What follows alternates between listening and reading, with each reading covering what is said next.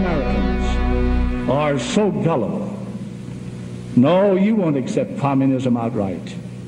But we'll keep feeding you small doses of socialism until you finally wake up and find you already have communism.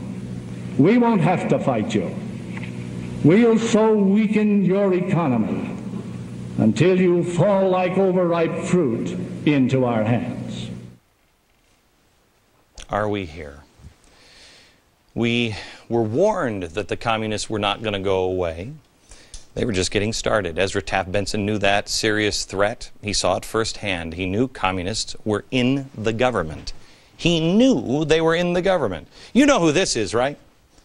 This is Joseph McCarthy. You know who he is. Do you know who this guy is? Do you know this guy? Ever heard of him? How about him? Boy, you should, America. These people were communist spies. Let me read their positions. This is Harry Dexter here. He worked for the Treasury Secretary Morgenthau. Recognize that name? Probably not. Probably haven't been taught. Morgenthau. FDR. This is Alger Hiss. You might have heard that name before. He worked in the Department of Agriculture. Gee, Department of Agriculture. That's Ezra Taft Benson. He worked in the Department of Agriculture. He was also in committees and DOJ, the State Department. This is Lori Curry here. He worked in the Treasury Department, assistant to the president. I'd say there's probably some pretty good intel there. Do you think? In 1938, the House Committee on Un-American Activities was formed. 1938. Not by this guy, but by this guy, Martin Dies. He's a Democrat. Did you know that? 1938. Not him, him. In fact, all the things that he wrote into the president later, Joseph McCarthy, all of these things came from him. But this guy had credibility. So they just pushed it all aside. They stonewalled him. What do they say about McCarthy? Oh, he's conducting witch hunts, smearing innocent victims, spreading hysteria.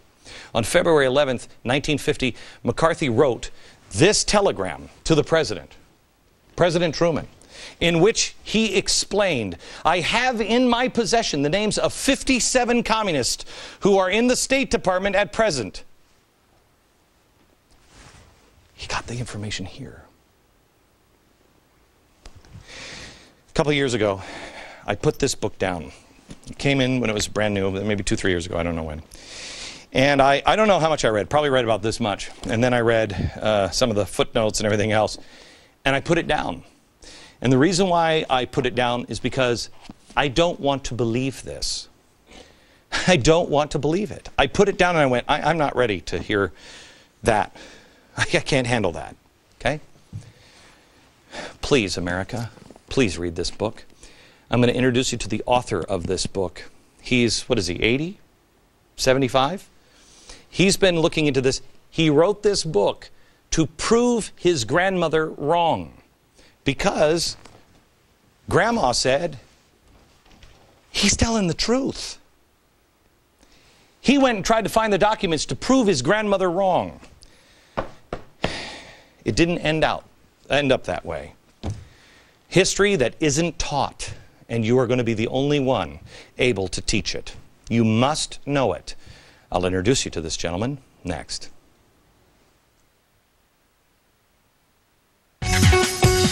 It's about 9 million degrees in New York today. Don't bother going outside. Just eat a lot of ice cream and get a copy of The Overton Window. You don't even have to leave your house. Just go to glennbeck.com/books and order it. Or download the ebook.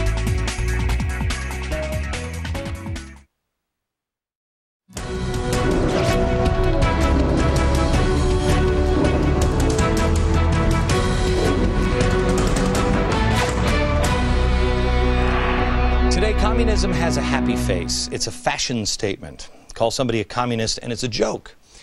But as you've seen tonight, from Hollywood to class to the Oval Office, Marxism is alive and well. It is thriving here in the United States. You might know what it is, but our children do not.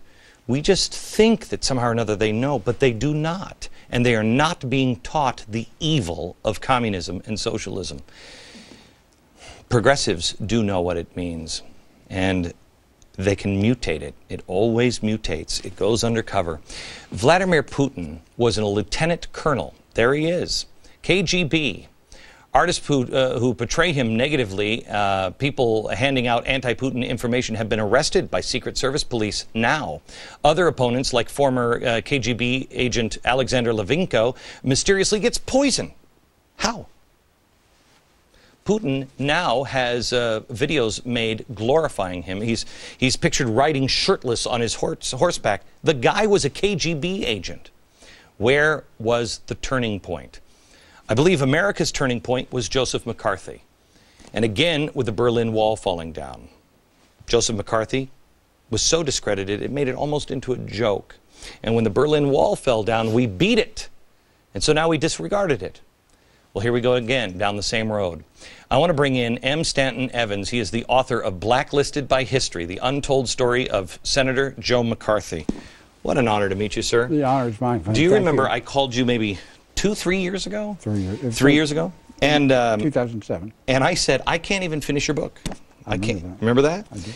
I said, I don't want to believe this stuff, and I wanted to find out if you were a crackpot or not, because I didn't want to fill my head full of crackpot stuff. Sure.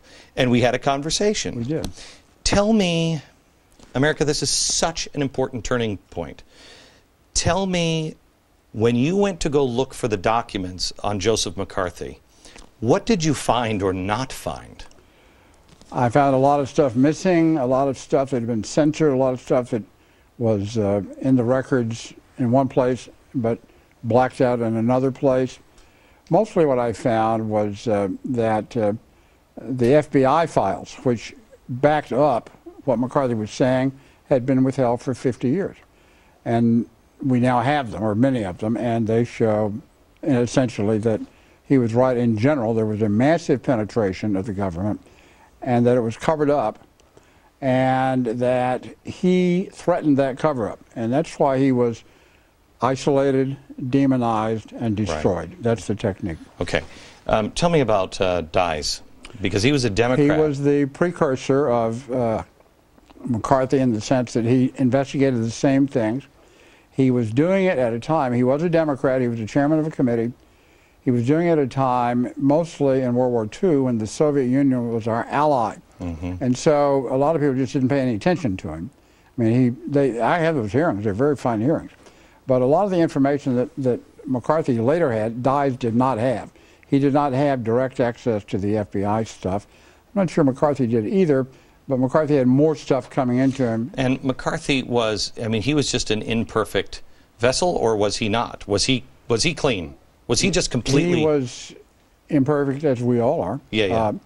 He made his mistakes, but he was telling the truth. Okay. And the truth was huge. It was so huge.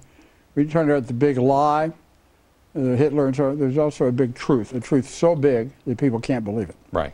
And that's kind of what you're saying. That's why I didn't want to read this, because it changes your focus, and nobody wants to. I mean, gosh, nobody wants to believe that there were people in our government that were bad. You can believe in individuals, but you can't believe this mass kind of this cover-up. There were hundreds of them. You showed me a document. Can you bring this again? Yes. Tell me what this document is. This, well, America will horrify you. What this is, Glenn, is a record of the so-called Yalta Conference. This is long before McCarthy came along. This is 1945, where Churchill and Roosevelt met with Stalin at Yalta, which is a resort on the Black Sea in the Crimea. And this is the transcript of minutes of what happened at that meeting.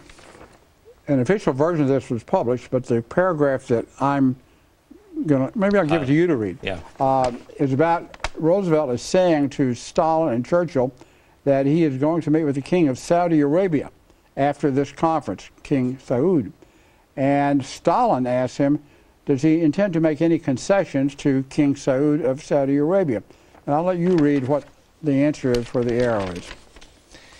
The president replied that there was only one concession he thought he might offer, and that was to give him the 6 million Jews in the United States.